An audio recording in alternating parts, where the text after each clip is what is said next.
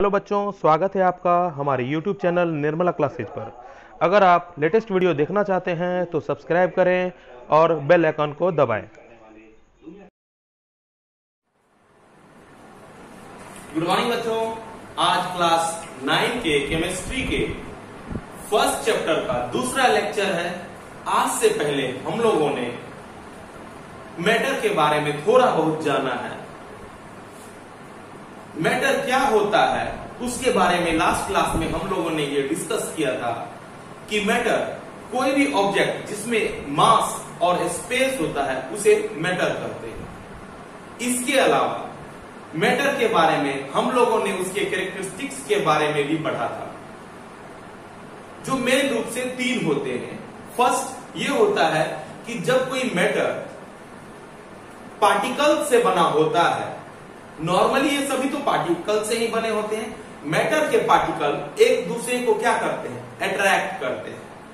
दूसरा, मैटर के जो पार्टिकल हैं, मैटर के जो पार्टिकल्स हैं मूव करते रहते हैं, कंटिन्यूअसली मूविंग होते हैं। उसके अलावा मेन बात कि दो पार्टिकल के बीच में कुछ ना कुछ स्पेस जरूर होता है। हम लोगों ने यह भी डिस्कस किया था कि केमिस्ट्री के मैटर के बारे में जो हम लोग पढ़ रहे हैं उसे 2 टाइप से क्लासिफाइड किया गया है। एक को फिजिकल क्लासिफिकेशन बोलते हैं, जबकि दूसरे को केमिकल क्लासिफिकेशन बोलते हैं। ये जो फर्स्ट चैप्टर है, जो मैटर इन आवर सराउंडिंग्स है, ये फिजिकल क्लासिफिकेशन के आधार पर है। फिजिकल क्लासिफिकेशन में केवल फिजिकल प्रॉपर्टीज के द्वारा मैटर को डिस्क्राइब किया गया है। आज हम लोग आगे बढ़ाते हुए मैटर के स्टेट के बारे में जानेंगे कि स्टेट ऑफ मैटर मेन रूप से कितने हैं। अगर कहें स्टेट ऑफ मैटर कितने हैं, अगर हम कहें अपने चारों ओर, अपने सराउंडिंग में मेजर रूप से 3 टाइप्स के जो हम लोग डेली देखते हैं, 3 टाइप्स के मैटर के स्टेट हैं। फर्स्ट में कह सकते हैं सॉलिड, सेकंड में कह सकते हैं लिक्विड एंड थर्ड में कह सकते हैं गैस। इसके भी अलावा 2 स्टेट हैं जो आगे हम लोग पढ़ेंगे। नॉर्मली ये जो सराउंडिंग में ये मेजर रूप से हम लोग देख रहे होते हैं। जैसे कि अगर कहें तो सॉलिड के रूप में हम लोग क्या क्या देखते हैं? आयरन को देख लो, कोई भी चीज, सैंड को देख लो, पेन को देख लो, और कोई भी चीज को हम लोग देख सकते हैं। लिक्विड में वाटर, ठीक है, मिल्क, ऑयल, ये सारे क्या है? लिक्विड्स में। गैस में अगर हम गैस की बात करें, ऑक्सीजन दिखता तो नहीं है, CO2, कार्बन डाइऑक्साइड, नाइट्रोजन, बहुत सारे गैसेज हैं। अब बात ये उठ रहा है कि सर आप बोल रहे हैं कि इसके अलावा भी 2 हैं। मेजर रूप से तो 3 ही होते हैं, लेकिन एक्सपेरिमेंटली 2 और स्टेट का डिस्कवरी हो चुका है। फोर्थ है प्लाज्मा एंड फिफ्थ है बोस आइंस्टीन कंडेंसर। कैपिटल जिसे BEC के नाम से भी जाना जाता है। अभी हम ये 3 का डिस्कशन करते हैं। इन तीनों के डिस्कशन के बाद हम लोग ये दोनों को भी देखेंगे। मेजर रूप से ये हमें पता है कि सॉलिड कैसे दिखते हैं, लिक्विड कैसे दिखते हैं, गैसेस कैसे दिखते हैं। तो सबसे पहले ये समझना जरूरी है कि सॉलिड, लिक्विड, गैस को कैसे परखेंगे। हम ये बात तो जान चुके हैं कि मैटर में क्या होता है मेजर रूप से। अगर क्या है, मैटर को डिफाइन कब किया जाता है? जब उसमें मास हो और सेकेंड क्या हो? स्पेस। अब ये देखो कि सॉलिड में आयरन का मास होता है, स्पेस भी कुछ ना कुछ लेता है। ये सारे में मास एंड स्पेस होते हैं, इसमें भी मास एंड स्पेस होता है, सब में मास एंड स्पेस है, यानी सारा मैटर। अब हम हम ये बात करते हैं कि सॉलिड में कैसे समझेंगे कि यह ऑब्जेक्ट सॉलिड है या लिक्विड है या गैस है, यानी डिफिनेशन इसका क्या होगा सर। तो सॉलिड का डिफिनेशन देने के लिए कहेंगे जिसमें definite shape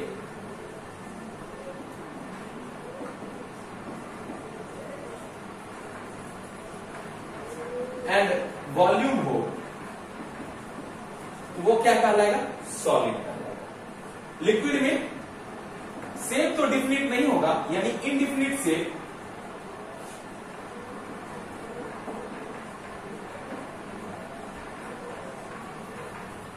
but definite volume. और ये हमारा गैस में, अगर गैस के बारे में बोले, ये जो थर्ड गैस है, गैस के बारे में अगर कहें,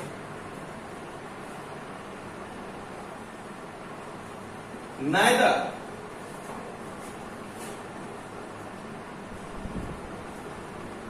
definite shape nor definite volume. कहने के लिए सॉलिड वैसे सब्सटेंस को कहेंगे जिसका डिफिनिट शेप हो एंड वॉल्यूम हो। लिक्विड किसको कहेंगे, जिसमें शेप तो फिक्स ना हो, यानी इनडिफिनिट शेप में हो, बट उसका वॉल्यूम फिक्स हो। लेकिन लास्ट गैस को कब गैस बोलेंगे, जिसका ना तो डिफिनिट शेप हो और ना ही डिफिनिट वॉल्यूम हो। अब एक बात करते हैं, ये तो एक नॉर्मली अगर कहें डेली लाइफ में तो नॉन लिविंग थिंग के बारे में, एक लिविंग थिंग जैसे कि ह्यूमन बॉडी के बारे में सोचें, तो ह्यूमन बॉडी भी एक मैटर है। तो हम इसको किस रूप में रिप्रेजेंट करें, ह्यूमन बॉडी में सॉलिड के रूप में बोले, लिक्विड के रूप में बोले या गैस के रूप में बोले। अगर तुम ध्यान से सोचोगे तो ह्यूमन बॉडी या कोई भी एनिमल, कोई भी बर्ड्स देखा जाए तो तीनों रूपों में होता है। कैसे, हमारा जो बोन्स है वह सॉलिड स्टेट में है, टीथ है सॉलिड स्टेट में है, मसल्स है वो सॉलिड स्टेट में है। बट अगर कहें ब्लड, वाटर, क्योंकि हमारे शरीर में वाटर का भी प्रेजेंस बहुत ज्यादा मात्रा में, वाटर, ब्लड, ये क्या है, लिक्विड स्टेट में। सर गैस को कैसे समझेंगे सर।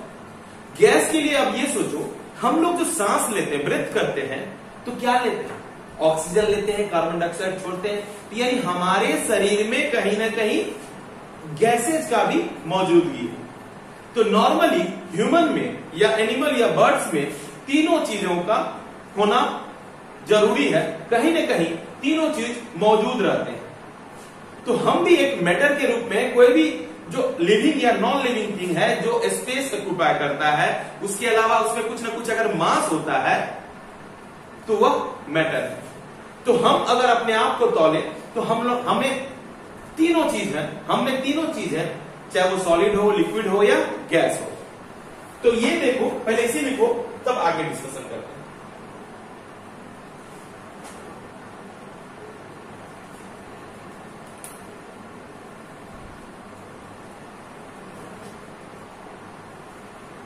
अब हम बात करें जो स्टेट ऑफ मैटर है,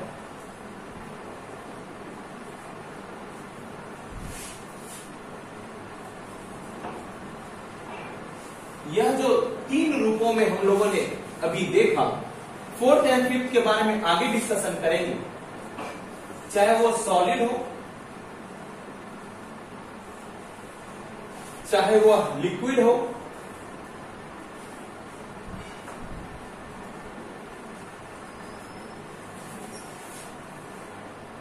चाहे वह गैस हो।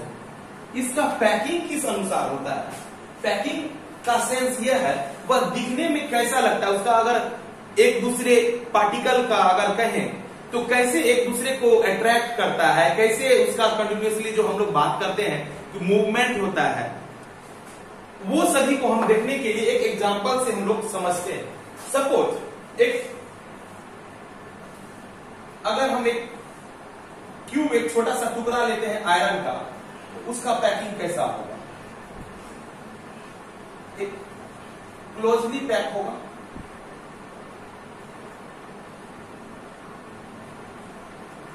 शेप देने की कोशिश कर रहे हैं। ऐसा नहीं है कि एकदम परफेक्ट है, समझाने में थोड़ा बहुत इसका यूज करते हैं और ये समझने की कोशिश करो तुम लोग कि कैसे मैं बताने की कोशिश कर रहा हूं।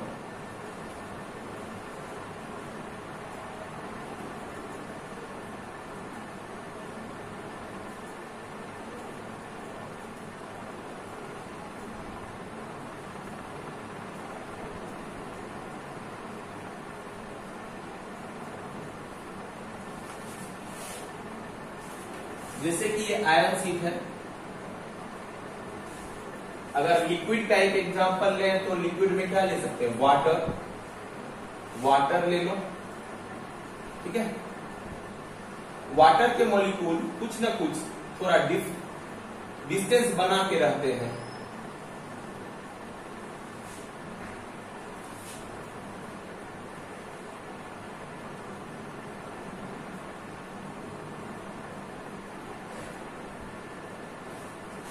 अब एक गैस का एग्जांपल लेते हैं, उसका एक पार्टिकल ले लेते हैं, एक टुकड़ा ले लेते हैं।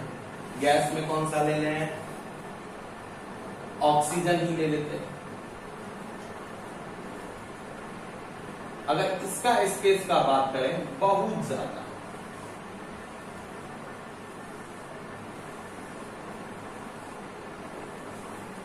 अब ये देखो हम दो चीज बताने की कोशिश कर रहे हैं।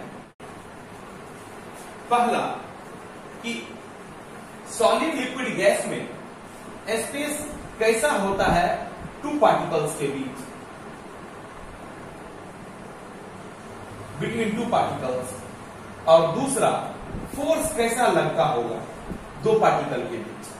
अब देखने से ही पता चल रहा है कि ये दोनों पार्टिकल, अगर पार्टिकल 1 बोले और पार्टिकल 2 बोले, पार्टिकल 3 बोले, पार्टिकल 4, 5, 6, 7, 8, 9, 10 सो ऑन। तो अब ये देखते हैं कि ये दोनों पार्टिकल एक दूसरे के कांटेक्ट में है। कांटेक्ट में होने के कारण एक दूसरे को फोर्स अधिक मात्रा में लगा रहे होते हैं, ज्यादा लगा रहे होते हैं, क्योंकि दोनों अटैच है। जैसे कि अगर हम बात करें कि अगर हम हाथ को क्लोज कर दें और क्लोज, जैसे कि अभी स्पेस है, हाथ में क्या है, स्पेस है, तो ये हाथ, ये हैंड को फोर्स नहीं लगा रहा है, कम लगा रहा है, पता ही नहीं चल रहा है। वो हम बताएंगे कि प्रत्येक ऑब्जेक्ट एक दूसरे को फोर्स लगाता है, वो ग्रेविटेशन के फिजिक्स के चैप्टर में है। अभी ये समझना है कि इसमें कोई फोर्स नहीं लग रहा है।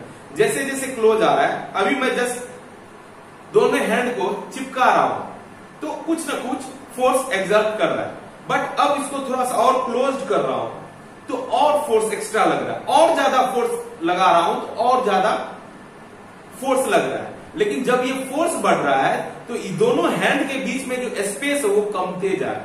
जैसे कि अभी देखें तो अगर थोड़ा सा टच हो रहा है तो स्पेस ज्यादा है, और कम गया, बहुत कम गया। यानी कि जितना स्पेस कम होगा फोर्स ऑफ अट्रैक्शन उतना ज्यादा होगा।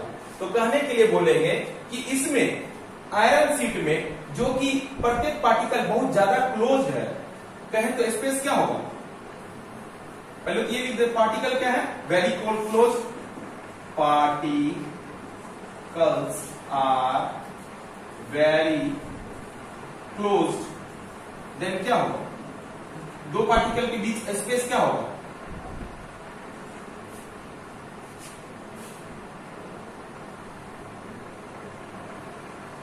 वेरी स्मॉल, बहुत कम स्पेस होगा। उसके अलावा अगर कहें फोर्स ऑफ अट्रैक्शन,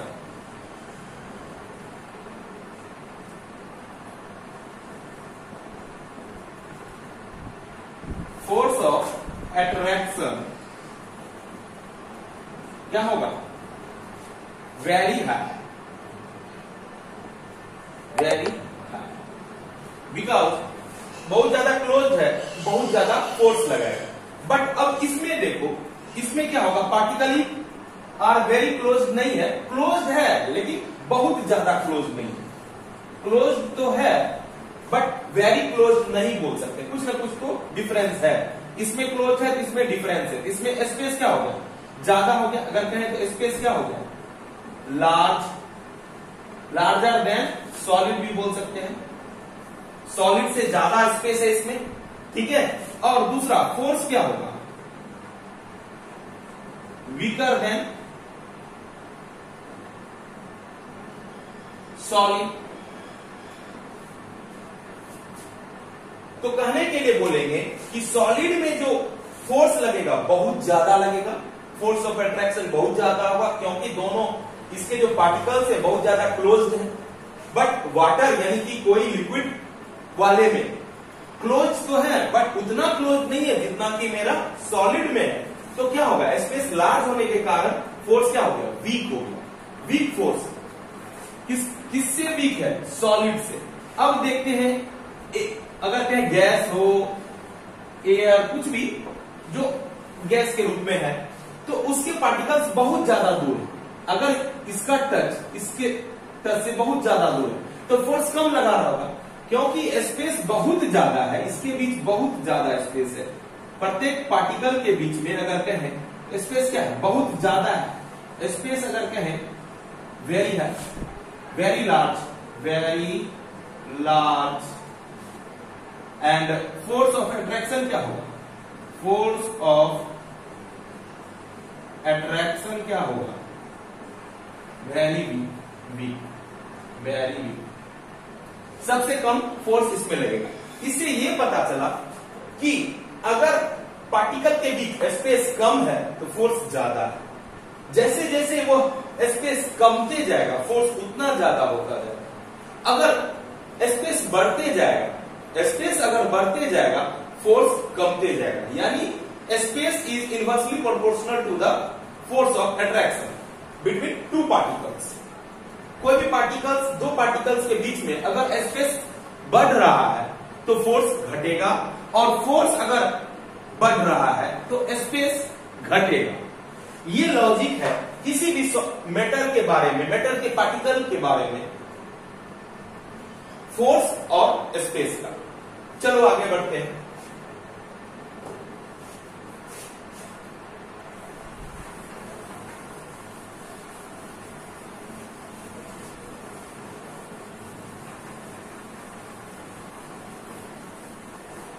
अब हम सॉलिड, लिक्विड एंड गैस का प्रॉपर्टीज देखते हैं कि मेजर प्रॉपर्टीज क्या है सॉलिड, लिक्विड, गैस का। तब तीनों का प्रॉपर्टीज देख के तीनों का कंपैरिजन करेंगे कि किसका हाई किसका लो है। तो सबसे पहले इन तीनों का प्रॉपर्टीज को देख लेते हैं। चलो अब देखते हैं properties of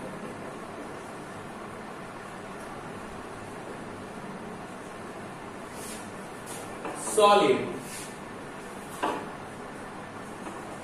liquid and gases. Solids, liquids and gases. पहला प्रॉपर्टीज तो यही हो गया। अगर सॉलिड की बात करें, सॉलिड की प्रॉपर्टीज की बात करें तो फर्स्ट प्रॉपर्टीज उसका डिफिनिट से हो गया। सेकेंड प्रॉपर्टीज डिफिनिट वॉल्यूम बोल सकते हैं। Third properties possess rigidity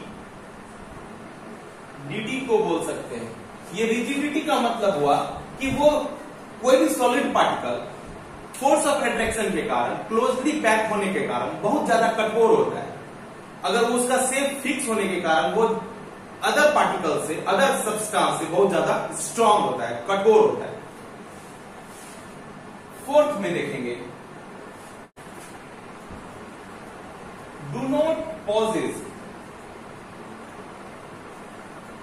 the property of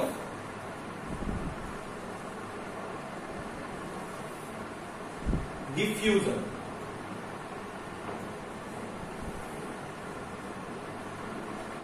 ये मेजर चार प्रॉपर्टीज है सॉलिड्स के। अगर हम बात करें लिक्विड्स के,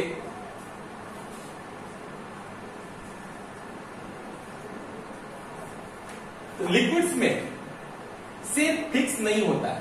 कहने के लिए लिख सकते हैं इनडिफिनिट शेप। सेकंड में लिख सकते हैं शेप तो इनडिफिनिट होता है बट उसका जो वॉल्यूम होता है फिक्स्ड होता है, यानी डिफिनिट होता है।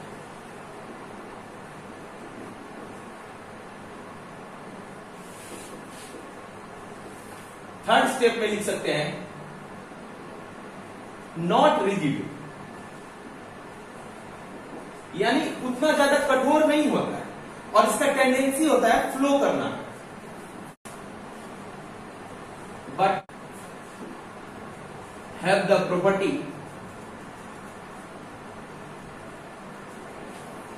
To flow. जैसे पानी बह रहा, नदी बह रही है, अगर कहें ऑयल, उसका भी टेंडेंसी है बहने का, यानी कोई भी लिक्विड है उसका टेंडेंसी क्या है, फ्लो करने का। तो हम लिखेंगे कि जो लिक्विड जो है उतना ज्यादा कठोर नहीं होता है, रिजिड नहीं होता है, बट इसका टेंडेंसी क्या होता है, फ्लो करने की होती है।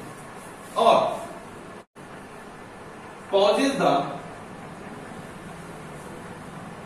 Property of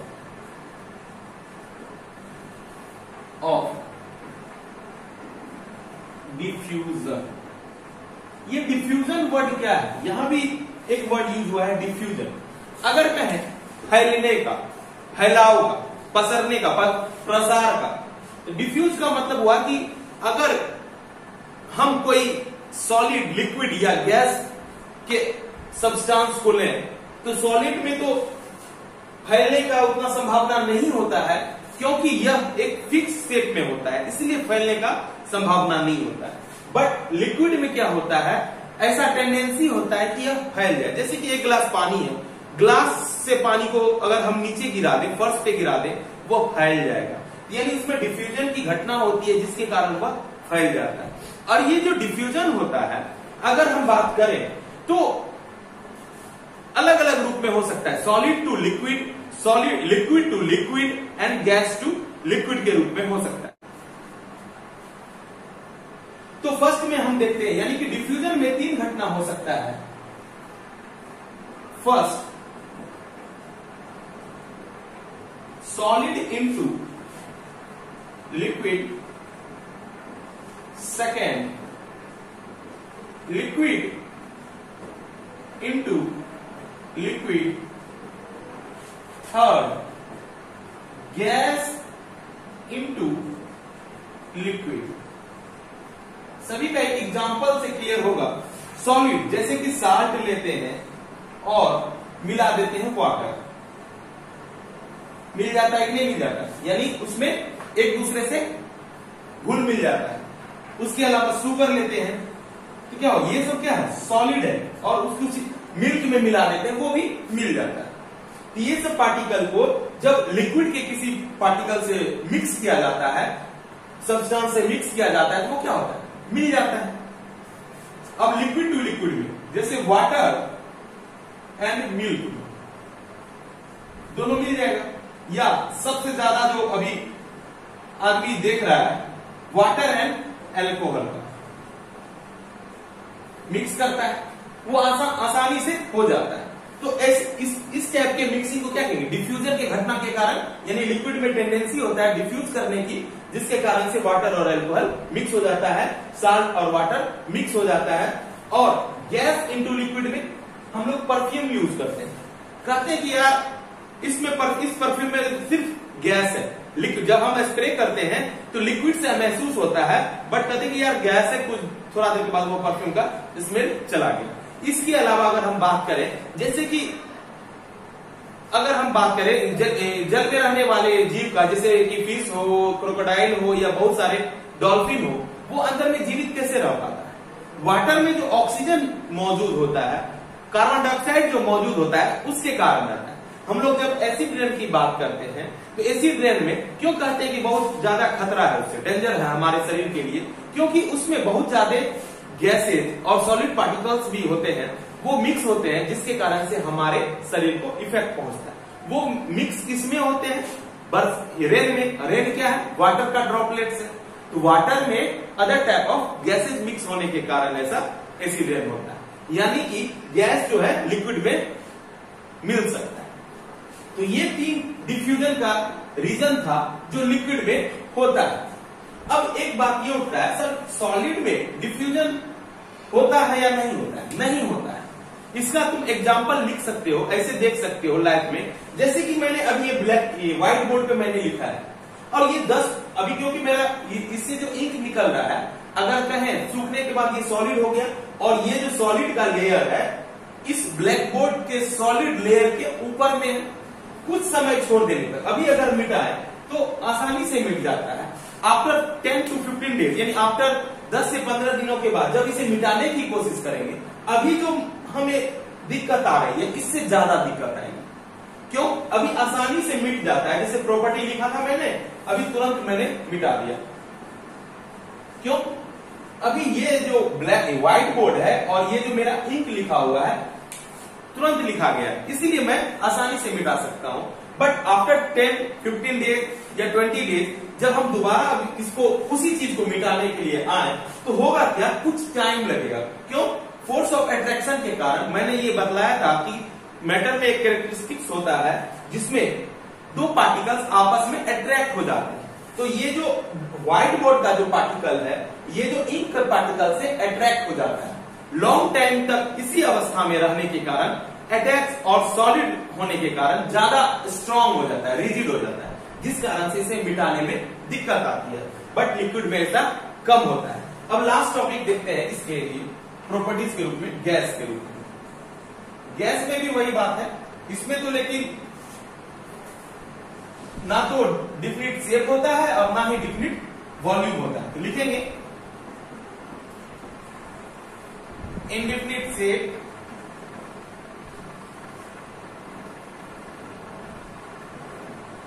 and indefinite volume,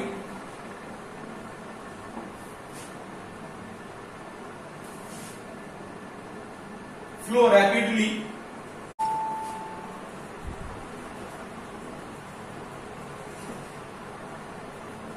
diffuse also rapidly,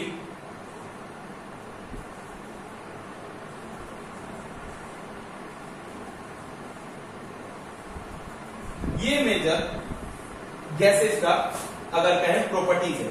इसमें ना तो शेप फिक्स होता है ना ही वॉल्यूम फिक्स होता है। इसमें टेंडेंसी फ्लो करने की, जैसे कि अगर हम बात करें घर में कहीं खाना पक रहा होता है, जैसे कि इसमें मटन बन रहा होता है या अच्छा कोई वेजिटेबल्स बन रहा होता है, तो बहुत दूर तक स्मेल आता है। क्यों स्मेल बहुत दूर तक आता है? वहां पर जो गर्म होने के कारण वहां से जो एयर आता है हमारे पास बहुत जल्दी पहुंच पाता है। अगर उसके अलावा सोचें, अगरबत्ती का एक धुआं जो है हमारे पास आता है, उसका भी स्मेल मेरे पास फ्लो करके आसानी से आ जाता है और तेज आता है। अगर मान के चलो एक पोजीशन से जहां से अगरबत्ती का स्मेल आ रहा हो और वहां से एक अगर कहें वाटर का ड्रॉप भी आ रहा हो, तो स्पीड किसका ज्यादा होगा?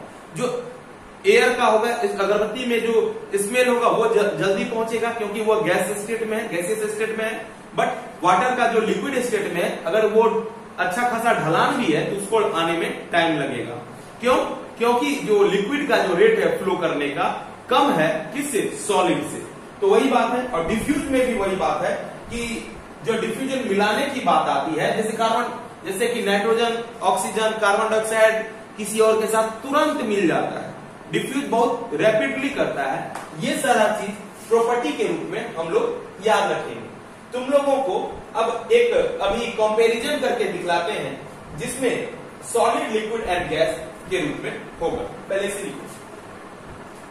चलो बच्चों, अब सॉलिड, लिक्विड, गैस का कंपैरिजन करते हैं उन प्रॉपर्टीज के आधार पर जिनके बारे में अभी हम लोगों ने डिस्कस किया था। और जो बच्चे इस चैनल को नए नए देख रहे हो तो सबसे पहले निर्मला क्लासेस के YouTube चैनल को सब्सक्राइब कर दो और बेल आइकन को दबा दो, जिससे क्या होगा कि तुम्हें ये सारे वीडियो क्लास 9 से क्लास 12 तक के साइंस, मैथ, सोशल साइंस सारे वीडियो तुम्हें सबसे पहले प्राप्त होंगे। जब भी तुम्हें कोई न्यू वीडियो देखना हो तो तुम्हें दोबारा सर्च नहीं करना पड़ेगा। मेरे नए वीडियो अपने आप तुम्हारे पास नोटिफिकेशन के साथ पहुंच जाएंगे। इसलिए सब्सक्राइब के साथ साथ बेल आइकन को जरूर दबा दो। चलो अब हम देखते हैं, अभी हम लोगों ने पढ़ा था कि सॉलिड में जो पैकिंग होता है वो सबसे ज्यादा क्लोज होता है, वेरी क्लोज लिखेंगे। अगर पैकिंग के मामले में लिखें तो क्या लिखेंगे, वेरी क्लोज। इसमें क्लोज होता है लेकिन वेरी क्लोज नहीं होगा, उससे ज्यादा डिफरेंस रहता। और ये गैस में फ्री टू मूव, यानी उसके जो पार्टिकल है आसानी से इधर उधर मूव कर सकते हैं। ठीक है, अब देखो उसका शेप, सॉलिड का शेप फिक्स होता है, लिक्विड का शेप नॉट फिक्स, फिक्स नहीं होता है, और इसका भी, गैस का भी फिक्स नहीं होता। ये सभी हम लोग देख चुके हैं और बोले भी थे कि क्यों नहीं होता है। अब बात करते हैं वॉल्यूम का। वॉल्यूम में क्या होगा, सॉलिड में वॉल्यूम भी फिक्स होता है, गैस में भी वॉल्यूम फिक्स होता है, लिक्विड में वॉल्यूम फिक्स होता है, बट गैस में वॉल्यूम फिक्स नहीं होता है। इसका मतलब हो गया गैस में ना तो शेप फिक्स होता है ना ही वॉल्यूम फिक्स होता है। लिक्विड में शेप तो फिक्स नहीं होता है बट वॉल्यूम फिक्स होता है, और सॉलिड में दोनों फिक्स होता है। अब बात कर रहे हैं कि इंटरमॉलिक्यूलर स्पेस, सॉलिड में जो स्पेस होता है बहुत कम होता है, मतलब सबसे कम का मतलब स्मॉलेस्ट, और लिक्विड में सॉलिड से ज्यादा लिक्विड में होता है बट गैस से कम होता है। G for gas, L for liquid, S for solid. इसमें जो स्पेस होता है, लिक्विड का स्पेस सॉलिड से ज्यादा बट गैस से कम, इसका स्पेस लार्जेस्ट होता है, सबसे ज्यादा। अब बात करते हैं इंटरमॉलिक्यूलर फोर्स के बारे में। मैंने बताया था कि अगर स्पेस कम होगा तो फोर्स ज्यादा होगा। इंटरमॉलिक्यूलर स्पेस जो होगा स्ट्रॉन्गेस्ट होगा सॉलिड में,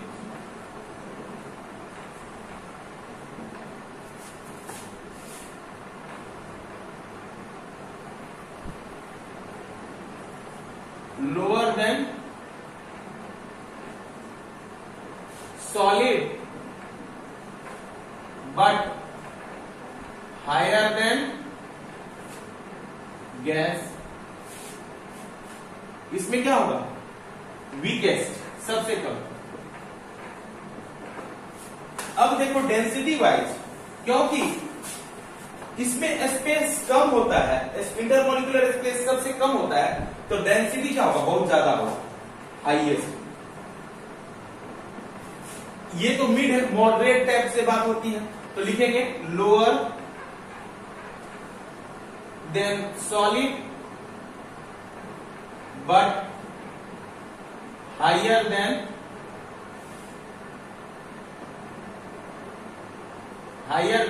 लिक्विड, गैस। तो क्या हो जाएगा, लोएस्ट, गैस में सबसे कम। कॉम्प्रेसिबिलिटी, अगर कॉम्प्रेसिबिलिटी की बात करें तो सॉलिड में कंप्लीटली इनकॉम्प्रेसिबल, यानी इसमें कंप्रेस नहीं होता है। ठीक है, यानी कंप्लीटली इनकॉम्प्रेसिबल लिखने से अच्छा है कि नो लिख देंगे, यानी कॉम्प्रेसिबल है ही। इसमें लिखेंगे ऑलमोस्ट, लगभग इनकॉम्प्रेसिबल होता है, ऑलमोस्ट इनकॉम्प्रेसिबल। और गैस में कॉम्प्रेसिबल होता है, यस। रिजिडिटी में सॉलिड जो होता है रिजिड होता है, यस। इसमें नो, इसमें नो, रिजिड नहीं। फ्लूइडिटी में सॉलिड तो फ्लो करने की टेंडेंसी नहीं होती है, तो नो, अदर देन यस। ये सबसे ज्यादा होता है, गैस में सबसे ज्यादा होता है। एनर्जी वाइज, एनर्जी को अगर देखा जाए तो एनर्जी सबसे मिनिमम इसी में होता है। larger than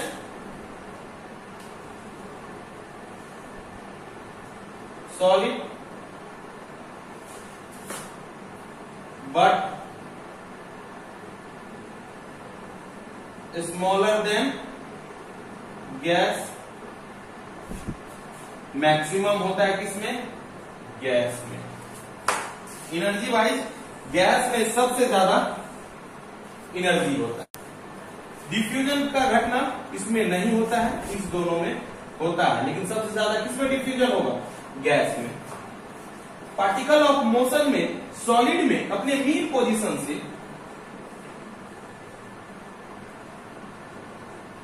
पर ही वो जिग-जैग करके मोशन करते रहता है। ऐसा नहीं कि उसके पास ज्यादा स्पेस रहता है, बहुत ज्यादा अपने मीन यानी ओरिजिनल पोजीशन पे ही वाइब्रेट करते रहता है। लेकिन जब बात आता है लिक्विड का, तो उससे ज्यादा मोशन में लिक्विड में रहता है, बट गैस में free to move, easy to move, आसानी से उसके पार्टिकल मूवमेंट करते रहते हैं।